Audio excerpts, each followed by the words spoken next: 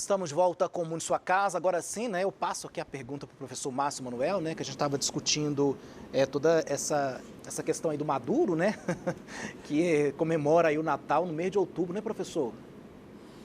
Exatamente. A primeira questão é exatamente com relação à data do nascimento de Jesus. Nós sabemos que o Natal ele é muito mais uma data comercial. Tudo bem que de uma maneira simbólica, Natal vem de nascimento, né? De Jesus, no caso, mas há um questionamento. Alguns dizem, principalmente, que a data mais provável do nascimento de Jesus é o mês de abril. E não se sabe exatamente o dia, mas o mês de abril é muito falado que seria a data do nascimento de Jesus. Com relação ao que Nicolás Maduro fez, Hugo Chávez também fazia isso. Isso foi feito em 2013, foi feito em 2020, durante a pandemia, quando começou o lockdown efetivamente no mundo. Foi feito também em 2021. O que acontece? Nicolás Maduro e Hugo Chávez também fazia isso. Sempre quando tinha alguma situação tensa no país, eles fazem isso com o objetivo de quê? Mudar o foco. A partir do momento que você tem o Natal, você tem compras, você tem geração de empregos. Então a população está focada numa data comemorativa, comercial, festiva, onde mexe com o país. O Natal, claro, para países cristãos. Porque não adianta você falar de Natal, de Jesus, para quem é muçulmano, para quem é islâmico e para quem é judaico. Muita gente pensa que Israel, por seguir o judaísmo, o judaico está atrelado ao cristianismo. Isso não é verdade. O calendário do judaísmo é um e do cristianismo é outro. Então são situações totalmente opostas. Então é muito comum isso na Venezuela. O objetivo é só tirar o foco. Principalmente no momento que Nicolás Maduro manda prender o Edmundo Gonçalves Urrutia. A partir do momento que ele faz isso, há uma revolta no país e ele faz essa mudança, ele antecipa o Natal exatamente com o objetivo de mudar o foco. É a chamada cortina de fumaça. Tá certo. E agora a gente vai falar sobre as eleições aqui locais em Goiânia. Um empate técnico coloca, de acordo com a primeira rodada de pesquisa Quest. Produção, por favor, me dá aí o TP, que a gente vai falar agora desse assunto. A disputa pela Prefeitura de Goiânia nas mãos de 3 candidatos. A deputada federal Adriana Costa, que é do PT, lidera a corrida com 22% das intenções de voto. O senador Vanderlan Cardoso, do PSD, e o ex-presidente da Federação das Indústrias de Goiás, FIEG, Sandro Mabel, que é do União Brasil, aparece em seguida, ambos com 19%. Ainda na pesquisa estimulada, quando os nomes dos prefeitáveis são apresentados aos entrevistados, estão o ex-deputado estadual Fred Rodrigues, do PL, com 9%, e o jornalista Matheus Ribeiro, que é do PSDB, com 6%. No fim da lista, aparecem o prefeito e candidato à reeleição, Rogério Cruz, que é do Republicanos, com 4% das intenções de votos, e o professor Pantaleão, com 2%, outros 11% seguem indecisos e 8% dizem que votarão em branco ou nulo. O levantamento recomendado pela TV Anhanguera foi realizado entre os dias 31 de agosto e 22 de setembro. Sem que os nomes dos prefeitáveis fossem apresentados aos entrevistados, o cenário é outro. 71% dos eleitores disseram que ainda não se decidiram em quem vão votar, né? Ao todo, 9% afirmaram que apoiam Adriana Acosta, 6% disseram que estão com Mabel e 5% com Fred Rodrigues. Vanderlan Cardoso aparece com 4% das intenções de voto e Rogério Cruz com 2%. Matheus Ribeiro aparece com 1% e Pantaleão foi citado, mas não pontuou. A Quest realizou 900 entrevistas com eleitores acima de 16 anos entre os dias 31 de agosto, como eu disse, e 2 de setembro. A margem de erro máxima é de 3 pontos percentuais para mais ou para menos, com nível de confiança de 95%.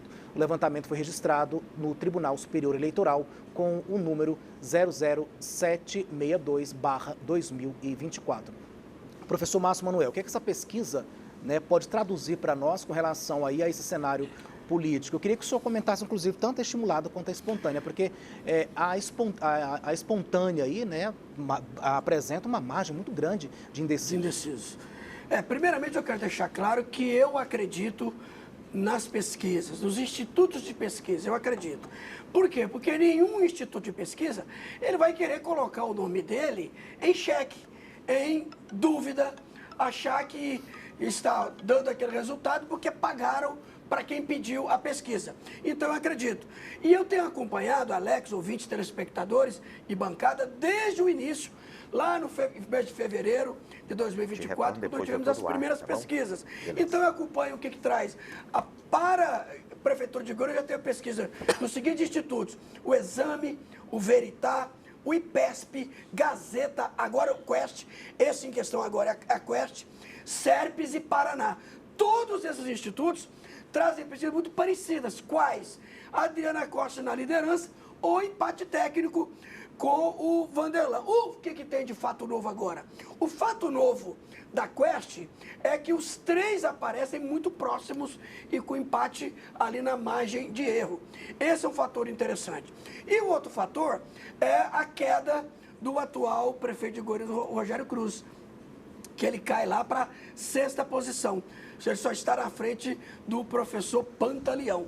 Ou seja, é importante que nós entendamos que os institutos não peguem um apanhado geral. Por exemplo, essa pesquisa, Alex, não foram ouvidas 1.000 pessoas, foi 900 e alguma coisa.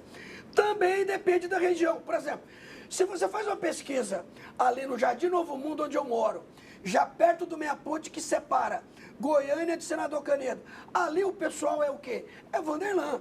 Se você faz uma pesquisa lá no Parque Oeste Industrial, já vai ser um outro resultado, já tem outras situações. Então, é fundamental que entendamos isso e saibamos o quê? Com o horário eleitoral, isso pode mudar, inclusive a quantidade de pessoas que estão indecisas. Para deixar claro para o telespectador e ouvinte, estimulada é quando é apresentado os nomes dos candidatos. E espontânea é quando só pergunta direto: em quem você votaria para prefeito sem apresentar nenhum nome? E nesse caso, 71% está em dúvida. Estão em dúvida. E é aí que entra o trabalho do horário eleitoral no rádio e na TV, para os duvidosos saberem quem vão votar. José Menezes, qual a sua análise aí sobre essa pesquisa? Falei pouco, né, José? Não falei muito, não. Não, falou o suficiente para professor esclarecer o ouvinte. É importante isso aí. Veja bem, Alex. O ponto que eu acho com relação à pesquisa aqui é a mudança de comportamento do eleitor. Primeiro, quando se tirou da disputa eleitoral a questão da direita, do Gustavo Gaia, por exemplo, passou para o Fred Rodrigues, ele não tinha a mesma apresentação com relação ao Gustavo Gaia, um ponto. Esses eleitores, agora, aos poucos, eles vão se migrando para o candidato Sandro Mabel. A Adriana Costa, né, ela sempre está mantendo esse patamar dela de 17% até 19%, 20%, ela mantém esses aí que são os eleitores goianienses direcionados aí ao Partido dos Trabalhadores, né? A questão do Vanderlan está, inclusive, surpreendendo um pouquinho, ele mantém aí esse nível, né, com esses outros dois candidatos, ou seja, os 3 candidatos que estão na ponta. A pesquisa, para mim, ela está mostrando uma realidade que pode ser modificada, mas não muito. Esses 3 candidatos, com certeza, estão despontando mais. E para que, por exemplo, o Rogério Cruz, o Matheus, e para que o Fred possa realmente chegar a esse patamar, vão ter que trabalhar uma outra estratégia junto ao eleitor. Primeiro, fazer com que o eleitor possa realmente conhecer ele. A prova está aí a questão da espontânea, 71% não sabe nem em quem votar. Então, isso é muito perigoso, inclusive. Por quê? Porque você votar no afã de última hora, por pegar um santinho no chão, você não está pensando na sua cidade, você não está pensando aí no seu município. É preciso que você defina, você como eleitor, possa estar definindo o seu candidato já previamente. É preciso que você chegue nas urnas, no local de votação, já com o seu candidato aqui na sua mente, em quem que eu vou votar. Então, é uma sugestão que eu dou para o eleitor goianiense. Tá certo, queríamos agradecer mais uma vez a participação de vocês dois aqui. Professor Márcio Manuel, muito obrigado pela participação, bom dia mais uma vez e seja sempre muito bem-vindo. Alex, muito obrigado pelo convite, para mim é motivo de muita honra, de muita alegria debater aqui com o público da TBC e também das rádios, rádio RBC AM FM. Tá certo, José Menezes, obrigado pela sua participação, até a próxima, bom dia. Bom dia, Alex Atanásio, bom dia, o professor Márcio, bom dia você que está acompanhando, a Mariana que está também aqui ao nosso lado, e a gente espera que o Brasil possa cada dia pensar mais, né? Vamos pensar, gente, vamos pensar.